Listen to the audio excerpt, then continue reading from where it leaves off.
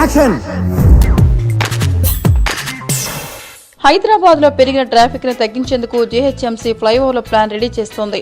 తొలి దశలో చేపట్టే వంతెనల నిర్మాణానికి 2631 కోట్లు ఖర్చవుతుందని అంచనా వేసింది జీహెచ్ఎంసీ. 2019 చివరికి ఎస్ఆర్డీపీని పూర్తి చేయాలని జీహెచ్ఎంసీ టార్గెట్ గా పెట్టుకుంది. అయితే ఫ్లైఓవర్ల పనులు ప్రారంభమైతే మొత్తం 581 నిర్మాణాలను కూల్చివేయాల్సి ఉంటుందని అధికారులు చెబుతున్నారు. వీటిలో పలువురు ప్రముఖుల ఇళ్లు, పలు జంక్షన్లో ఎంతో కాలంగా ఉంటున్న రెస్టారెంట్లు, హోటళ్లు కూడా ఉన్నాయని సమాచారం.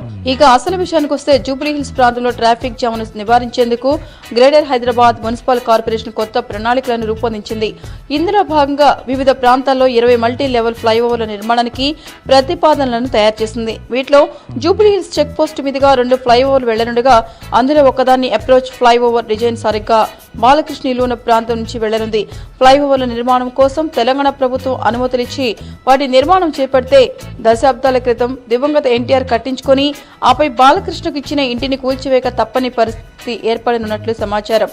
నందమూరి బాలకృష్ణ తెలంగాణ రాష్ట్ర ముఖ్యమంత్రి కేసీఆర్ కు మంచి అనుబంధం ఉంది.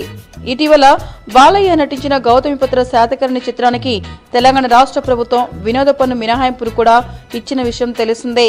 ఈ నేపథ్యంలో బాలయ్య ఫ్లైఓవర్ కి అనుగుణంగా ఇంటిని కూల్చేందుకు అనుమతిస్తాడా, లేక కేసీఆర్ తో మాట్లాడి ఫ్లైఓవర్ తన ఇంటి వైపు కాకుండా మరోవైపు నుంచి ప్లాన్ చేసేలా ఫ్లైఓవర్ రూటే మార్చేస్తాడా అనేది తెలియాల్సి ఉంది.